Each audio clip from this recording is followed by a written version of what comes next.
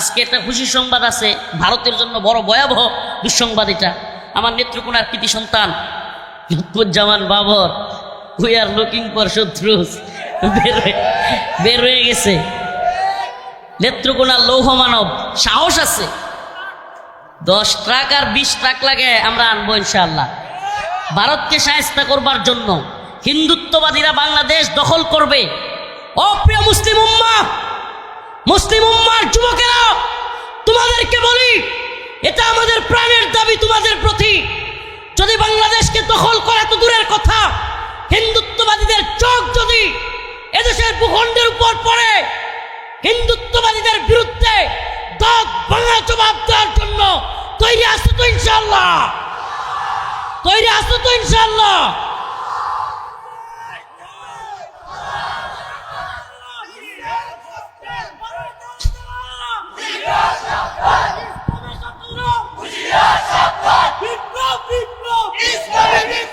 আল্লাহ রাসূলের একটা হাদিস বলে শেষ করছি।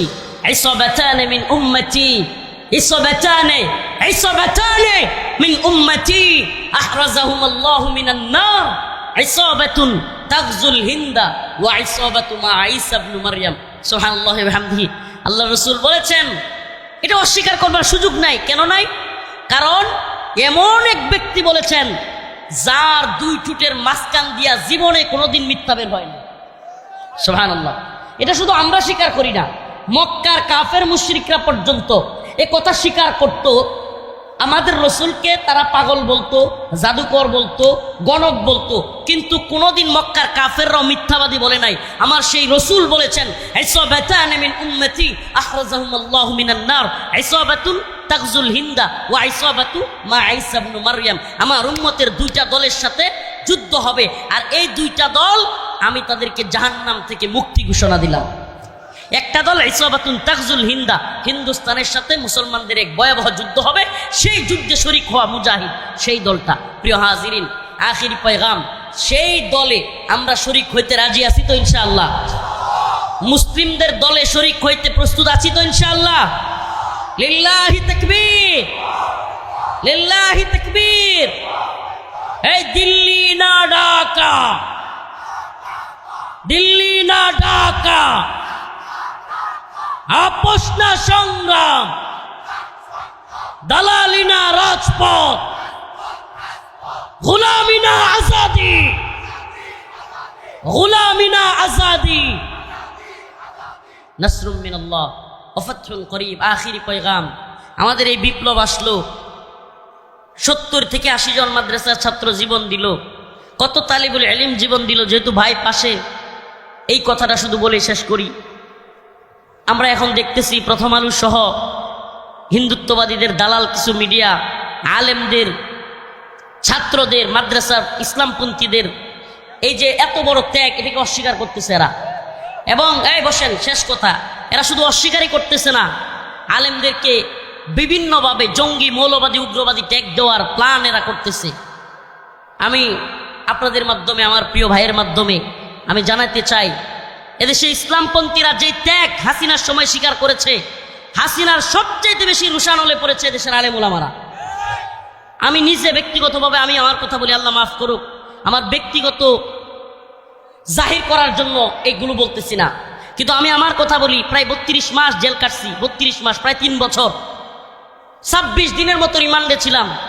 আমার উপর দিয়া সকল আলেমদের প্রথমে তো আমাকে ধরছে। এমন কোনো নির্যাতন নাই যেটা করে নাই, নির্যাতনের স্টিম রোলার বড় লম্বা, তারপরেও বের হইয়া চুপ থাকি নাই কখনো।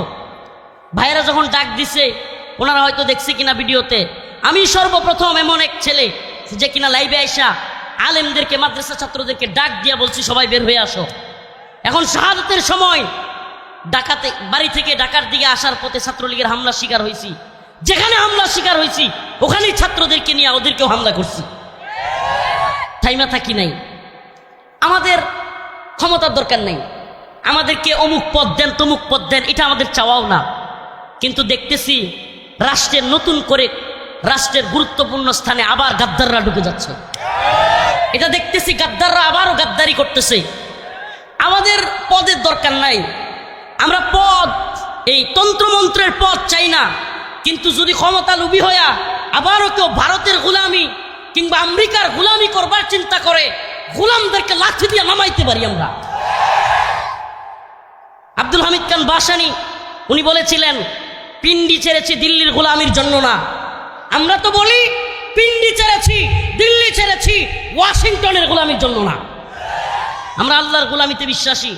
নতুন করে কেউ আমাদের সাথে গাদ্দারি করবে, মুনাফিকি করবে, এদেশে ইসলামপন্থীদের অবদানকে অস্বীকার করবে, আমরা চুপ থাকবো না, আমরা চুপ থাকবো না। অতএব আপনাদের প্রতি আমাদের বিনীত অনুরোধ থাকবে, এদেশে ইসলামপন্থীরা আপনাদেরকে ভালোবাসে। বলেন না, বন্যায়, দুর্যোগে, দুর্বিপাকে সবার আগে কারা আপনাদের পাশে দাঁড়ায়? সত্যি বলবেন। এ আলেমরা পাশে দাঁড়ায়। সারা দেশে আলেমরা মানুষের ঘরে ঘরে ত্রাণ, ঘরে ঘরে টাকা পয়সা পৌঁছায় দেয়। খায়া না খায়া এই কাজগুলো করে যায় আলেমরা। আলেম সমাজকে ভুল বুঝবেন না, আলেমদের সবাই ভালো এটাও বলছি না, সবাই খারাপ তাও তো না।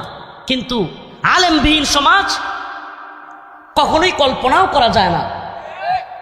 আলেমবিহীন সমাজ যেন ইসলামবিহীন সমাজ। কেননা আলেমদের ছাড়া আপনি মাসআলা মাসাইল ফতোয়া কার থেকে নেবেন?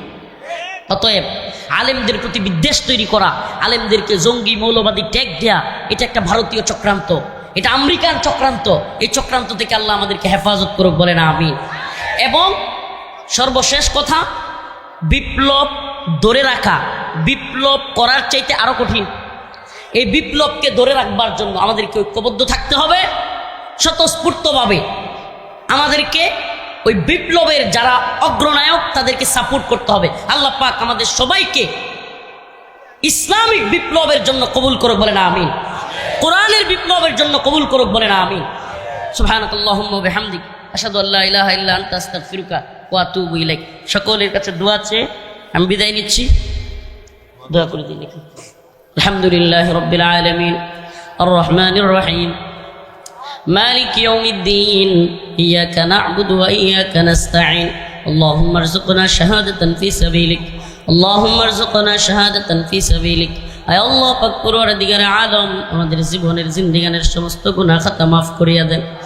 আয় রব্বুল আলামিন, মাওলাই কারীম আল্লাহ, আপনি আমাদের আজকের এই প্রোগ্রামকে কবুল আর মঞ্জুর করেন। রব্বুল আলামিন, ফিলিস্তিনে যুদ্ধবিরতি হয়েছে আল্লাহ, আয় আল্লাহ ফিলিস্তিনের মুসলমানদেরকে হেফাজত করেন আল্লাহ। আয় আল্লাহ, কাশ্মীর, আরাকান, উইগুর, আল্লাহ মায়ানমার, মালি, সোমালিয়া, ইয়েমেন সহ সিরিয়া, লিবিয়া সহ সমস্ত ভূখণ্ডের মুসলমানদেরকে হেফাজত করেন। রব্বুল আলামিন আল্লাহ, আমাদেরকে দ্বীনের জন্য কবুল আর মঞ্জুর করে নেন। আল্লাহ আমাদেরকে দ্বীনের পথে শহীদ হিসেবে কবুল করেন। আয় আল্লাহ আমাদেরকে নামাজি বানায়া দেন, দিনদার পরহেজগার মুত্তাকি বানায়া দেন। আয় আল্লাহ আমাদের যাদের বাবা নাই মা নাই তাদের বাবা মার কবরকে জান্নাতের বাগান বানায়া দেন। রব্বুল আলামিন আল্লাহ আমাদের গুনাহগুলিকে মাফ করে দেন। রব্বুল আলামিন আল্লাহ, আল্লাহ জুলাই বিপ্লবে যারা শহীদ হয়েছে তাদের শাহাদাতকে কবুল আর মঞ্জুর করেন। আল্লাহ আমার ভাই সাইফুল ইসলাম আলিফ, আল্লাহ হিন্দুত্ববাদী ইসকনের আঘাতে আল্লাহ শহীদ হয়েছে, আল্লাহ তার শাহাদাতকে কবুল আর মঞ্জুর করেন। আল্লাহ আমাদের ভাই, আল্লাহ যত ভাইরা দ্বীনের জন্য, দেশের জন্য আন্দোলনে গিয়ে শহীদ হয়েছে, আল্লাহ সবাইকে আপনি মাফ করে দেন। রব্বুল আলামিন আল্লাহ আমাদের মধ্যে যাদের বাবা নাই, যাদের মা নাই, তাদের কবরকে জান্নাতের বাগান বানায়া দেন। সুবহান রাব্বিকা রব্বিল ইজ্জাতি আম্মা ইয়াসিফুন ওয়া সালামুন আলাল মুরসালিন আলহামদুলিল্লাহি রাব্বিল আলামিন।